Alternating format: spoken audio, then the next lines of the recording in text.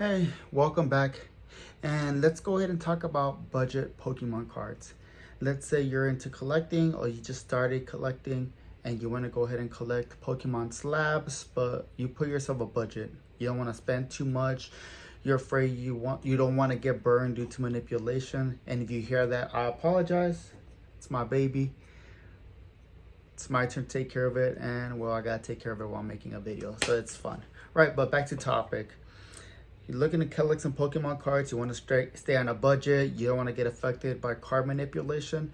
Well, what if I told you that you can buy a couple slabs under $30, right?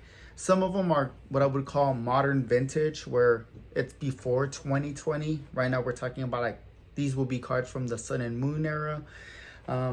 And you can buy them off the PSA vault off of eBay, right? Meaning that whenever you buy them, they're going to be real, they're going to be safe, you don't have to worry about it. You might have to pay a little bit of a premium, but overall, it's nothing too crazy. So here's a couple Pokemon cards that I found that you might be interested in buying. The first card that we're going to go ahead and be talking about is going to be from 2019 Sun and Moon Miracle Twins, and we're talking about Latios GX, right? So right now on the PSA vault, you can find a PSA 9 Latios for around $20. A PSA 10 goes for like around $40, right, on eBay. And this card is pretty interesting. Now, it's probably not really highly sought after because there's a good selection of Latios out there. And with the Surgeon Spark set that just came out, their Latios cards is pretty good. I mean, I got a couple of them which I like, right? But for $20, you can get a PSA 9.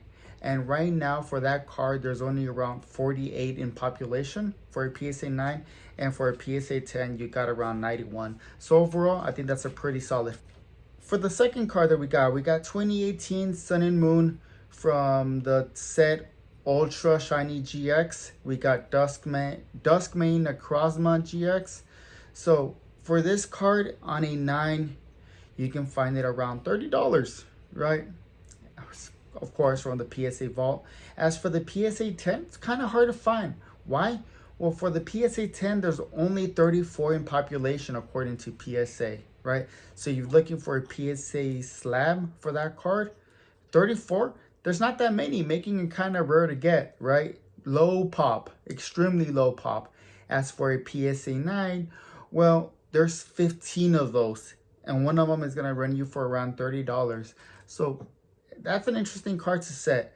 Like one of those interesting cards to collect. And for me, that's one of those cards that I'm considering buying because I'm trying to complete my Pokédex and I just don't know how many Duskmane Necrozmas are going to be out there. So it's an interesting card. So let's say you want to collect 151 and you want to get one of everyone's favorite Gyarados. Well, on the PSA vault, on a PSA 9, I found a 2019 Black Star promo from the Hidden Fate 10s Gyarados, right? So this card, there's a good amount of population out there. I mean, we're talking about for a PSA 9, there's around 2,100, right? And you'll find them around $20, give or take, right? If you're looking for a PSA 10, well, luckily for you, there's around 2,600. So there's a good amount of them out there. Of course, they're going to run you between $40 to $50, but overall, this is not a bad card if you're looking to collect Gyarados. Overall, I think the art is pretty cool. I mean, it's nothing crazy, but it is 2019, so it's what I would call like modern vintage. The next card I want to talk about, it's going to be from 2018, and we're talking about the Sun and Moon era. Coming from the Tag Bolt series, we have Pikachu and Zekrom. So this tag team card, I thought it was a pretty interesting find. The reason why I say that, well, right now you can find this one on the PSA vault as a 9 for around $20. Population wise, you got like around 200 cards in a PSA 9. On a PSA 10, there's over 1,000 copies. So you should be able to find this card around $55, the population's not too crazy. I mean, especially since it's the sun and moon, and I feel like that era is very overshadowed.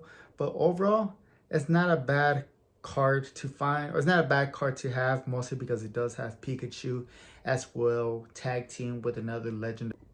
Now, the last card that I'm going to talk about, I usually do Japanese cards, but this one's going to be Chinese, and no, Chinese is not the same as Japanese, right? But still, I think it's pretty interesting because it's a very low population, right? So we're talking about the 2023 simplified Chinese, and it's going to be the bird trio, okay? Just the base bird trio. So currently in the PSA vault, you can find this PSA 9 for around $30. And it's a pretty hard find considering there's only 13 PSA 9s, right? However, on the PSA 10 side, it doesn't get any better. You're looking around 22 copies just being graded. So that puts its price around like $60 to $70 just because it is Chinese. But the population on it is very low. And I do feel like if you do get these cards, maybe send them to grading just because it's a low population thing. It's a new series that us collectors haven't really gotten into. But there's potential here. But as you guys can see, you can find multiple budget PSA 9 cards on the PSA vault. And honestly, if you're in a budget and you're just trying to build your collection for years to come, I don't think grades really matter. And I get it. Some people claim that it does, right? But at the end of the day, it's just for collection purpose.